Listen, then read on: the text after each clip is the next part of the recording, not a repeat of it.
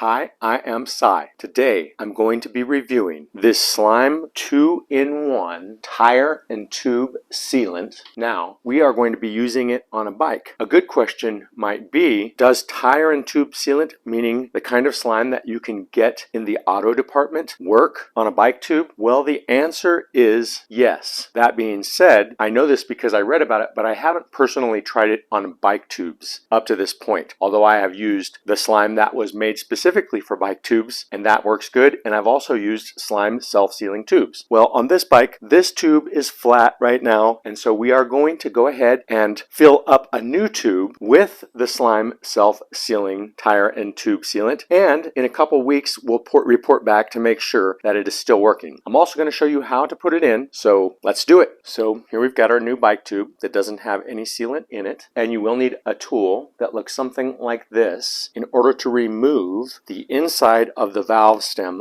from your tube. I'll show you how to do that. You just insert this into here and you turn to the left and you remove the valve stem so that you can add your slime. Once you have opened the top of your bottle of slime, there will be a seal here that you will have to take off, and then you add your cap back on and remove your tube. And I want to show you here too that you will need 4 ounces. This is 16 ounces, but you will need 4 ounces for a single bike tube. And so if we turn it upside down, when it gets to this level here, that's when you know that you've used 4 ounces.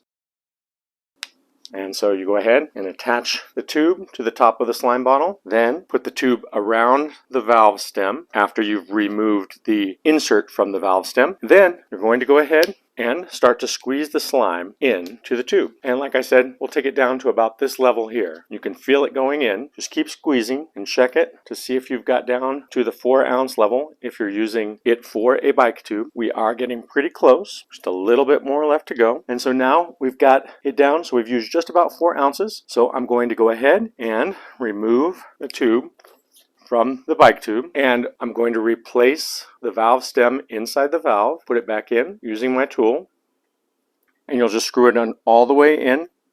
You don't need to over tighten it, just so it's nice and snug. I forgot to point out there is a Schrader valve stem removal tool on the inside of this cap. I just forgot about it because I usually use a tool. And a good tip, before you add your tube into your tire, put some air in it to give it some shape so that it doesn't kink up inside the tube. And also make sure that your valve stem is pointing down, because you've got the slime in the tire. You don't want to do it the opposite way where you have the valve stem from the downside facing up. Do it like this, and this will make sure that nothing leaks from your tube. Starting to get a good shape there, and I'd say that's about perfect as far as where you want it to put it inside your tire.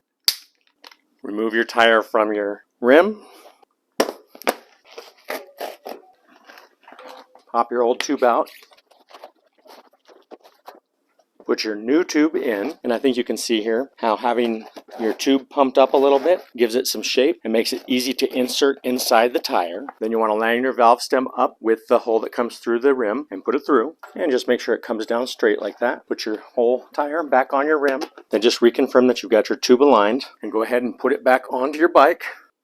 Then, the final step, pump your tire up and check the air pressure. And as I've said, make sure your valve stem is in the up position pointing down. That way you have no leakage. Make sure you know what your tire pressure is supposed to be. This one is right around 30, I believe.